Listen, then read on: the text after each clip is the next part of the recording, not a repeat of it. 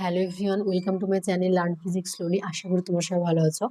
আজকের ভিডিওটি specially BSc physics honours second year স্টুডেন্টদের জন্য হতে চলেছে, কারণ আমি যে রুটিনটা সেট করেছি সেই রুটিন অনুযায়ী আজকে শনিবার স্যাটারডে তোমাদের আজকে একটা ভিডিও দের কথা, তাই একটা নতুন ভিডিও নিয়ে হাজির হয়ে গেছি। তো তোমাদের সেকেন্ড ইয়ারদের আমি ভাবলাম যে হিট অ্যান্ড থার্মোডাইনামিক্স এটা থেকে স্টার্ট করব। দেন এটা অর্ধেকটা যদি হয়ে যায় তারপরে আবার দেন ইলেকট্রোস্ট্যাটিক্স অ্যান্ড ম্যাগনেটোস্ট্যাটিক্স এই টপিকটা শুরু করবো।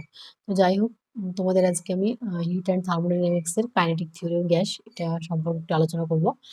আর সো যারা আমার চ্যানেলে নতুন এখনো সাবস্ক্রাইব করোনি তারা অবশ্যই চ্যানেলটি সাবস্ক্রাইব করবে, ফ্রেন্ডদের সঙ্গে শেয়ার করবে এবং অবশ্যই লাইক এবং কমেন্ট করবে, কারণ কমেন্ট যদি না করো তাহলে কিন্তু বুঝতে পারবো না তোমরা তোমাদের কোথাও অসুবিধা, সাউন্ড ঠিক কিনা, লাইট ঠিক কিনা, বা ঠিকঠাক বোঝা যাচ্ছে কিনা। অবশ্যই তোমরা কিন্তু কমেন্ট বক্সে গিয়ে কমেন্ট করবে। সো দেরি না করে শুরু করছে। দেখো, কাইনেটিক থিওরি অফ গ্যাসেস তোমরা ছোটবেলা থেকে কেমিস্ট্রিতে বা ক্লাস 9-10 পড়ে এসেছো। কাইনেটিক থিওরি অফ গ্যাসের গতিতত্ত্ব, অর্থাৎ গ্যাসের গতিতত্ত্বের যে ধর্মাবলী। এবং তার জন্য আমি আরেকটা কথা বলি যে আমি এই জন্য তোমাদের হিট অ্যান্ড থার্মোডাইনামিক্স যে তোমাদের বই আছে সেই বইয়ের মধ্যে আমি এবি গুপ্তা আর সঙ্গে পাশাপাশি আমি সিএলআরওটা সাজেস্ট করবো, কারণ এই বইটা খুব ভালো। কারণ এই বইটা যদি একটু ফলো করো তাহলে কিন্তু তোমরা কোশ্চেন এবং আনসার সম্পর্কে ধারণা পাবে, কারণ কিরকম ধরনের কোশ্চেন আছে সেই সমস্ত টপিকগুলো থেকে এই কোশ্চেনের ধারণা কিন্তু তোমরা এই বই থেকে পাবে। এখানে সুন্দরভাবে পরপর কোশ্চেন আনসার করা আছে। তা আমরা বলবো এই বিভক্ত যদি কেউ পড়ো তার সঙ্গে সঙ্গে সিলারোটা কিন্তু ফলো করবে, আর আমি সিলারোটা থেকেই পড়াচ্ছি। তো তোমরা ছোটবেলাতে কাইনেটিক থিওরি অফ গ্যাস অনেক পড়েছো, যে গ্যাসের ধর্ম কি হয়, গ্যাসের অণুগুলো ক্ষুদ্র হয়, একে অপরের সঙ্গে ধাক্কা ধাক্কা মারে, প্লাস দেওয়ালের সঙ্গে ধাক্কা মারে, এগুলো পড়েছো। এগুলো এখনো পড়বো আমরা, তার সঙ্গে ডিটেলস আরো কিছু কয়েকটা পয়েন্ট আমরা ভালোভাবে বুঝবো। ঠিক আছে, তাহলে এখানে দেখো ফার্স্টে যে কোশ্চেনটা দেওয়া আছে, কোশ্চেন সম্পর্কে এখানে ধারণা পাবে। এই জন্য সিএলআর বইটা অবশ্যই তোমরা কিনবে। Outline the essential feature of the kinetic theory of gases. ঠিক আছে, অর্থাৎ গ্যাসের গতিতত্ত্বে যে সমস্ত ধর্ম বা বৈশিষ্ট্য আছে সেগুলো কি কি।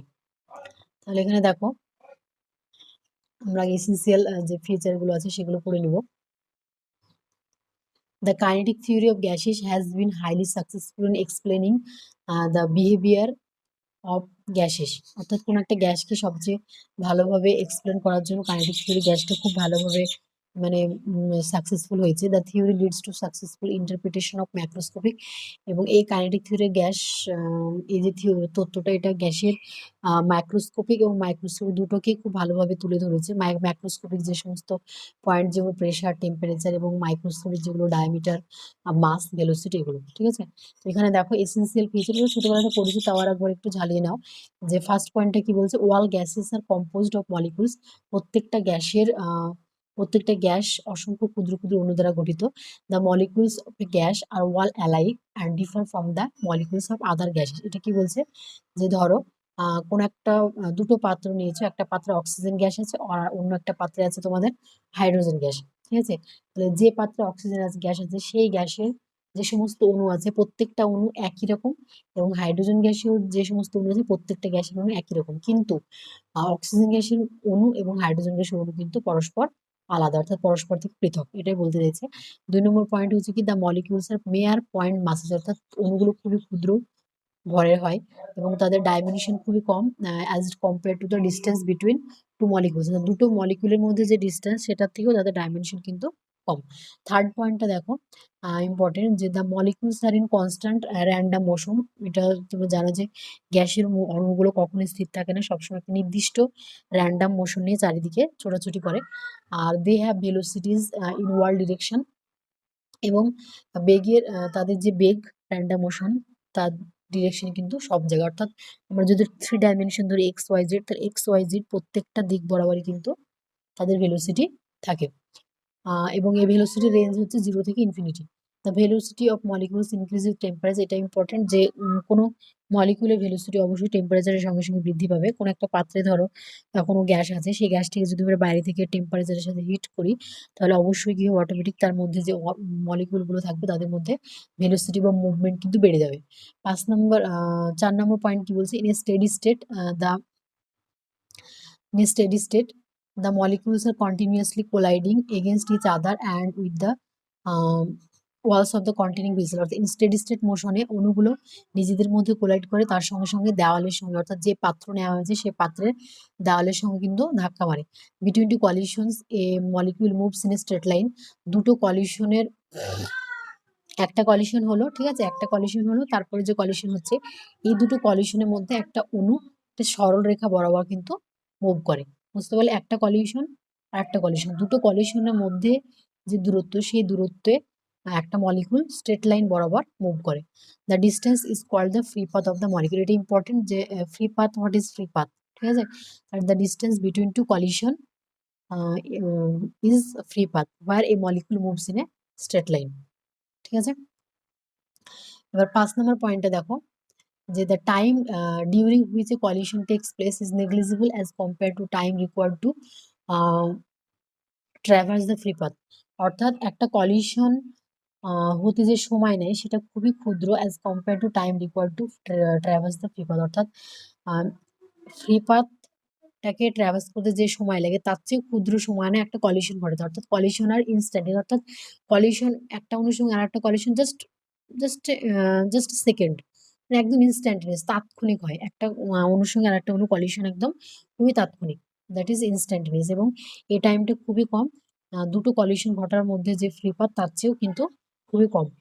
6 নম্বর পয়েন্ট হচ্ছে কি দ্য মলিকুলস এর পারফেক্ট ইলাস্টিক স্পেয়ার্স। এটা খুবই ইম্পর্টেন্ট যে পারফেক্ট ইলাস্টিক স্পেয়ার্স এটার মানে কি? আমরা তোমরা ক্লাস 11-এ পড়ে এসেছো যে স্থিতিস্থাপক সংঘর্ষ এবং অস্থিতিস্থাপক সংঘর্ষ। এটারই ইংলিশ হচ্ছে যে ইলাস্টিক হচ্ছে স্থিতিস্থাপক আর ইনইলাস্টিক হচ্ছে অস্থিতিস্থাপক। তাহলে এখানে ইলাস্টিক পারফেক্ট ইলাস্টিক যে কলিশন সেটা সম্পর্কে বুঝতে হবে।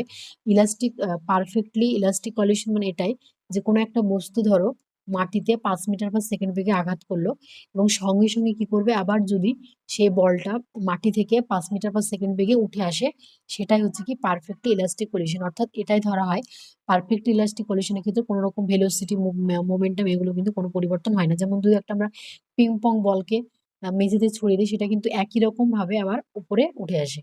আর ইলাস্টিক কলিশনের ক্ষেত্রে কিন্তু সেটা হয় না। যেমন একটা আটা ময়দাকে যদি আমরা 5 মিটার পার সেকেন্ড বেগে মেঝেতে ফেলে দিই সেটা কিন্তু কখনোই 5 মিটার পার সেকেন্ড বেগে আবার উপরে উঠে আসবে না। এটা হচ্ছে ইনইলাস্টিক কলিশন।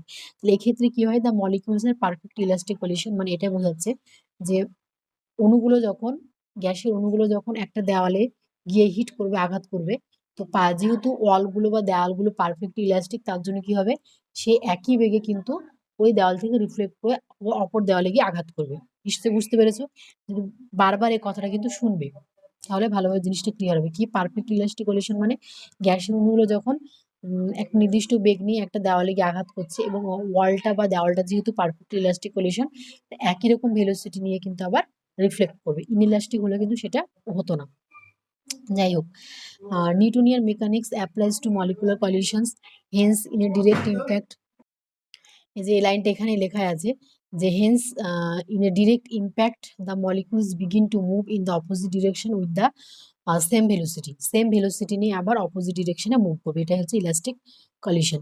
আর 7 নম্বর পয়েন্টে হচ্ছে the number of molecules per unit volume of the gas is very large and remains constant on the average in course of time. ঠিক আছে, the number of molecules per unit volume of the gas, একটা গ্যাসের মধ্যে কি হয় অসংখ্য মানে অনেক ইনফিনিটি সংখ্যক কি অণু থাকতে পারে সেটা এখানে বলা আছে, এবং সেটা হচ্ছে কি অ্যামাউন্ট রিমেন্স কনস্ট্যান্ট থাকবে অ্যাভারেজ টাইমে। এবার হচ্ছে তোমাদের নেক্সট যে কোশ্চেনটা আছে সেই কোশ্চেনটা আমি করাবো, যে এখানে বলেছে কি যে derive an expression for the pressure of an ideal gas on the basics of kinetic theory, prove that the pressure. পরে কোশ্চেনটা আছে আলাদা, বি নাম্বারটাকে করিয়ে দিই যে derive an expression for the pressure of an ideal gas on the basis of kinetic. এটা কিন্তু তোমাদের এই পেপারের জন্য এই খুব ইম্পর্টেন্ট কোশ্চেন। এটা কিন্তু পুরোটাই থিওরি তুলে দেয় যে ডিরাইভ অ্যান এক্সপ্রেশন, এই কোশ্চেনটাই তুলে দেয় যে derive an expression for the pressure of an ideal gas on the basis of kinetic theory. তাহলে আমরা এই সমীকরণটা প্রতিষ্ঠা করার চেষ্টা করব কাইনেটিক থিওরি অফ গ্যাসের যে সমস্ত আমরা বৈশিষ্ট্য জানলাম সেটার ভিত্তিতে। ওকে, তাহলে এখানে দেখো প্রেশার অফ এ গ্যাস। তাহলে আমরা তার জন্য কি করলাম, let us suppose we have a হলো cubical vessel of each side L with perfectly elastic walls.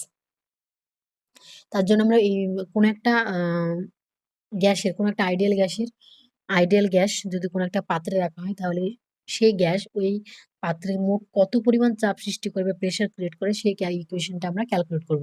তার জন্য আমরা একটা হলো কিউবিক্যাল ঘনকাকৃতি পাত্র নিয়েছি যার প্রত্যেকটা সাইড হচ্ছে এল এবং প্রত্যেকটা দেওয়াল আগে কি বললাম কি পারফেক্ট ইলাস্টিক কলিশন, যার জন্য কি হবে অণুগুলো একটা নির্দিষ্ট বেগ নিয়ে ধাক্কা মারবে এবং আবার সে একই বেগ নিয়ে রিফ্লেক্ট করতে পারবে। ঠিক আছে? এবং তার মধ্যে কি যেটা বলছি যে তার মধ্যে অসংখ্য অণু থাকবে, মনে করছি ধরো n সংখ্যক অণু আছে। ঠিক আছে? Consider one of the molecules having a velocity c1 এবং আমরা ধরলাম যে যেহেতু প্রত্যেকটা অণু একটা নির্দিষ্ট বেগ নিয়ে চলাচল করছে, তাই আমরা এখানে যেহেতু ক্যালকুলেট করব তাই এখানে মনে করলাম যে শুধুমাত্র একটা মলিকুল বা অণুর আমরা বেগ ধরলাম কত, c1। পরের পাতায় দেখো, তাহলে আগে ছবিটা দেখো, তাহলে ভালোভাবে বুঝতে পারবে। ছবিটাকে বলি যে আমরা এখানে কি করতে চলেছি। ঠিক আছে? এখানে দেখো আমরা জানি কি বেগ হচ্ছে ভেক্টর রাশি এবং তার একটা নির্দিষ্ট ডিরেকশন আছে। তাহলে কোনো যখন আমরা একটা ঘনক আকৃতির পাত্র বেছে নিয়েছি, তার মধ্যে যে অসংখ্য অণু আছে, তাই তো? তাহলে সেই অণুগুলো কি আমরা পড়লাম ফিচারে, যে র‍্যান্ডম কিন্তু কনস্ট্যান্ট মোশন, একটা নির্দিষ্ট বেগ নিয়ে কিন্তু ঘোরাঘুরি করে র‍্যান্ডম ভাবে। র‍্যান্ডম ভাবে কি সমস্ত ডিরেকশন, অর্থাৎ আমরা 3 ডাইমেনশন জানি এক্স, ওয়াই এবং জেড। ঠিক আছে? তাহলে কোনো একটা নির্দিষ্ট অণু একটা নির্দিষ্ট বেগ নিয়ে সেটা এক্স অক্ষ বরাবরও যেতে পারে, ওয়াই অক্ষ বরাবরও যাবে এবং জেড অক্ষ বরাবরও যাবে। অর্থাৎ এক্স অক্ষ বরাবর যখন যাবে তখন সেই ফেসে বা সেই জায়গায় একটা চাপ সৃষ্টি করবে, ওয়াই অক্ষ বরাবর যখন মুভ করবে সেই বরাবর একটা চাপ সৃষ্টি করবে এবং জেড অক্ষ বরাবর যখন যাবে জেড অক্ষ বরাবর একটা চাপ সৃষ্টি করবে।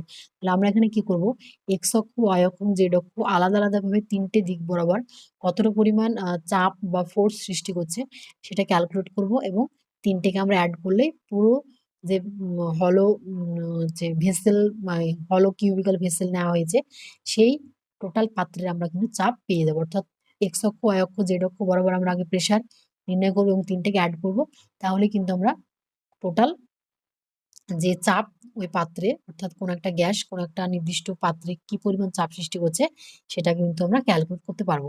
এই জন্য এখানে একটা দেখো ঘনক আকৃতির পাত্র নেওয়া হয়েছে, যেটাকে আমরা বললাম এক্স অক্ষ, ওয়াই অক্ষ, জেড অক্ষ বরাবর ভাগ করে নিয়েছি এবং এখানে প্রত্যেকটার অপোজিট ফেস 6টা কিউবের আমরা জানি। এ হচ্ছে একটা তল, তার অপোজিট তল হচ্ছে এ ড্যাশ। ঠিক আছে? বি হচ্ছে একটা তল, তার অপোজিট তল হচ্ছে বি ড্যাশ। সি হচ্ছে একটা তল এবং তার অপোজিট তল হচ্ছে সি ড্যাশ। ঠিক আছে? এবং এখানে দেখো আমরা ধরে নিয়েছি কি যে এক্স অক্ষ বরাবর বেগ হচ্ছে u1, ওয়াই অক্ষ বরাবর বেগ হচ্ছে v1 এবং জেড অক্ষ বরাবর হচ্ছে বেগ w1 এবং c1 হচ্ছে মোট বেগ, অর্থাৎ এই তিনটে লব্ধি হচ্ছে কি c1, u1, v1 এবং w1 এর মোট রেজাল্টেন্ট বেগ হচ্ছে c1।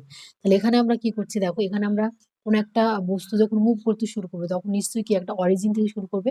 তাই এখানে এই অরিজিন ও থেকে কিন্তু শুরু করছে মুভ করতে এবং এখানে গিয়ে দেখছি আমরা বেগ কত হচ্ছে c1।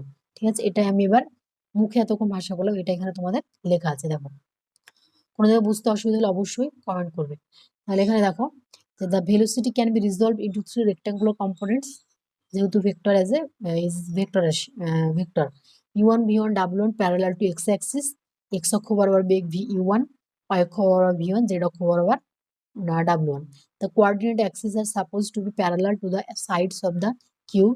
Then আমরা এই যে ফর্মুলাটা c1 square equals to c1 হচ্ছে তাদের এই তিনটি বেগের লব্ধি, c1 square equals to u1 square plus v1 square plus w square, w1 square. তোমরা ফার্স্ট ইয়ারে ভেক্টর থেকে এটা নিশ্চয়ই জানা আছে তোমাদের, I cap, J cap, K cap, এই যে বিষয়টা এই ইকুয়েশনে নিশ্চয়ই তোমরা মনে করতে পারছো, সেটা আর বলছি না।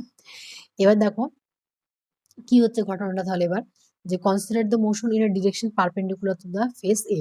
আমরা একটা এবার ডিরেকশন বা ফেস চুজ করলাম, যেই ফেসের লম্ব দিক বরাবর কোনো একটা অণু কিন্তু মুভ করছে। The molecule strikes the face A with a velocity, তাহলে কি হবে, এ ফেস বা এই তলে কি হবে, u1 বেগে একটা মলিকিউল ধাক্কা মারছে। ঠিক আছে?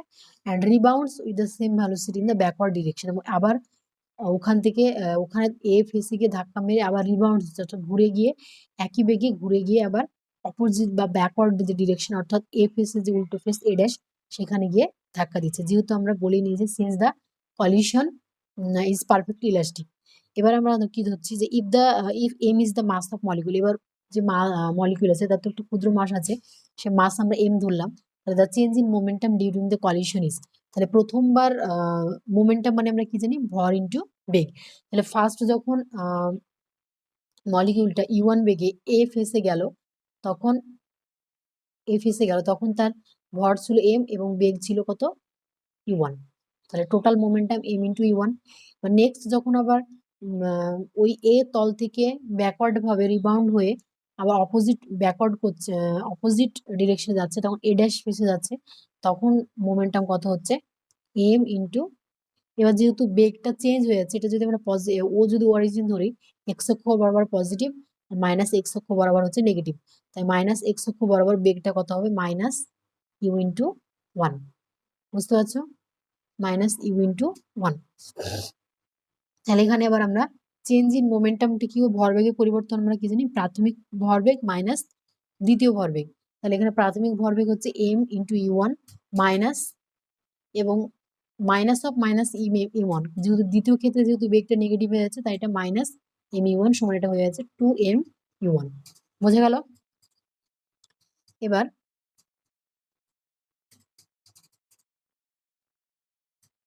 তাহলে এবার এখানে দেখো যে the molecule now travels from A to A dash, আমরা দেখলাম এ থেকে এ টু এ ড্যাশ পর্যন্ত গেল, it strikes A dash and travels back again to A after covering a distance twelve. তাহলে এখানে দেখো টোটাল ডিস্টেন্স কিন্তু টুয়েলভ কভার করছে, অর্থাৎ প্রথমে গেল এল এক্স অক্ষ বরাবর, আবার যখন নেগেটিভ এক্স অক্ষ বরাবর যায় তখন কিন্তু এল মাইনাস এল, অর্থাৎ টোটাল ডিস্টেন্স কিন্তু টুয়েলভ কভার করছে। The time taken by the molecule to go the other phase and then to come back is twelve by U one. অর্থাৎ এখানে যে টাইম লাগছে এই টুয়েলভ পরিমাণ ডিস্টেন্স অতিক্রম করতে, সে টাইমটা হচ্ছে কি, আমরা জানি সময় ইকুয়ালস টু বের করতে হলে কি হয়, ডিস্টেন্স আপন ভেলোসিটি। তাহলে এখানে ডিস্টেন্স হচ্ছে টুয়েলভ আর ভেলোসিটি কত হচ্ছে ইউ ওয়ান। ওকে, তাহলে এখানে এবার দেখো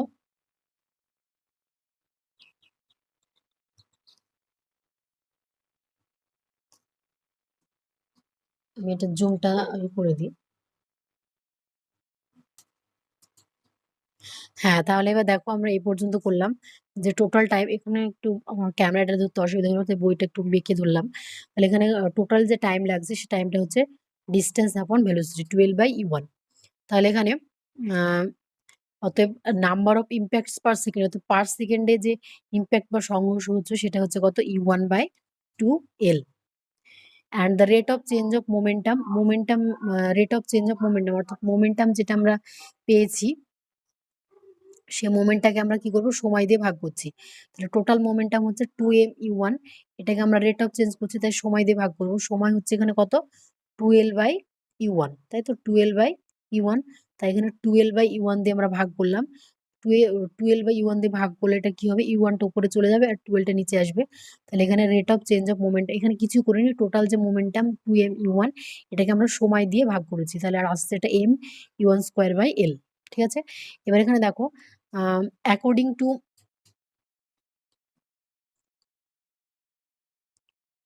two Newton's second law of motion, আমরা জানি যে the rate of change of momentum is equal to the impressed force. If F1 is the force, then F1 equals to কি হচ্ছে m u1 square by L। Rate of change of মোমেন্টামটা কি হয়ে যায় according to Newton's law force. তাহলে similarly আমরা যদি করি F2 due to another molecule having velocity c2 and components u2 v2 w2 is given by, একইভাবে কি আসবে F2 equals to m u2 square by 2 by L and so one. এটা যদি আমরা থার্ড একটা করি সেটার জন্য সেটাই হবে, তাহলে অ্যান্ড সো ওয়ান হেন্স। দেন এখান থেকে আমরা কি পাচ্ছি, টোটাল যে আমরা এখান থেকে ফোর্স পাচ্ছি, total force on the face A equals to M U one square by L plus M U two square by L plus dot dot dot M U square N by L, তাই তো? তাহলে এখান থেকে আসছে আমরা M by L common নিলাম, তাহলে ব্যাকরে থাকছে u one square plus you two square plus dot dot dot you square n. অতএব pressure on the face, force যদি পেয়ে যায় প্রেশার পেয়ে যাবো, প্রেশার অন দ্য ফেস হচ্ছে কত A, P A equals to F by pressure মানে আমরা কি জানি, বল বাই ক্ষেত্রফল। প্রেশার মানে আমরা জানি বল বাই ক্ষেত্রফল। তাই এখানে বল বাই ক্ষেত্রফল, তাহলে এখানে আমরা বলটাকে ক্ষেত্রফল দিয়ে ভাগ করব। তাহলে টোটাল বল হচ্ছে এটা, এই ইকুয়েশনটা, এটাকে আমরা এরিয়া দিয়ে ভাগ করছি। তাহলে এখানে বলের ক্ষেত্রে ছিল এম বাই এল, এরিয়া যেহেতু এল স্কোয়ার, তার টোটাল ইকুয়েশন এখানে আসছে M by L cube U one square plus you two square plus dot dot dot you square N. এবার এখানে দেখো এল কিউব মানে হচ্ছে কি ভলিউম, তাই আমরা এখানে এম বাই ভি লিখে নিলাম U one square plus you two square plus dot dot dot you square N.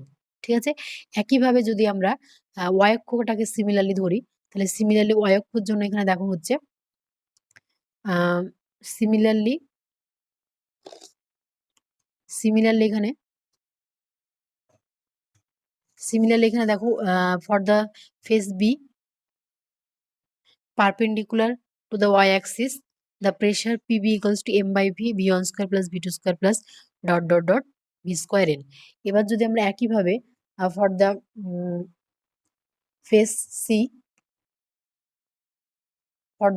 C এর জন্য করি, perpendicular to the z-axis, the pressure PC equals to m by v w1 square plus w square n. তাহলে but the pressure in the, আমরা জানি কি যে কোনো গ্যাসের অণু কোনো পাত্রের সব জায়গায় সব দিকে একই রকম ভাবে সমান চাপ ক্রিয়েট করে, তাই এখানে আমরা লিখতে পাচ্ছি PA equals to PB equals to PC equals to P সে, যেটা বলা আছে যে x অক্ষ y অক্ষ z অক্ষ বরাবর প্রেশারের মান 1। তাহলে এখান থেকে P সমান আসছে কি 1/3 PA plus PB plus PC। এবার টোটালটার জন্য আমরা কি করলাম, তিনটে প্রেশারকে যোগ করলাম, সেখান থেকে আমরা সব মানগুলো বসিয়ে নিয়েছি। এখানে দেখতে পাচ্ছ যেখানে 1/3 m by v, এটা মানে কি C1 স্কোয়ার, এটা মানে C2 স্কোয়ার, এটা মানে C3 স্কোয়ার CN স্কোয়ার, তাই এখানে আমরা লিখে নিলাম C1 square plus C2 square plus C square n সমান 1/3 mn C স্কোয়ার সমান এখান থেকে আসছে। আর এই বেগ এটার যেটা মান মূল রুট মিন স্কোয়ার যে না সরি এমনি গড় বর্গ বেগের যে বেগ, সেটা হচ্ছে C স্কোয়ার সমান C1 square plus C2 square plus C square n।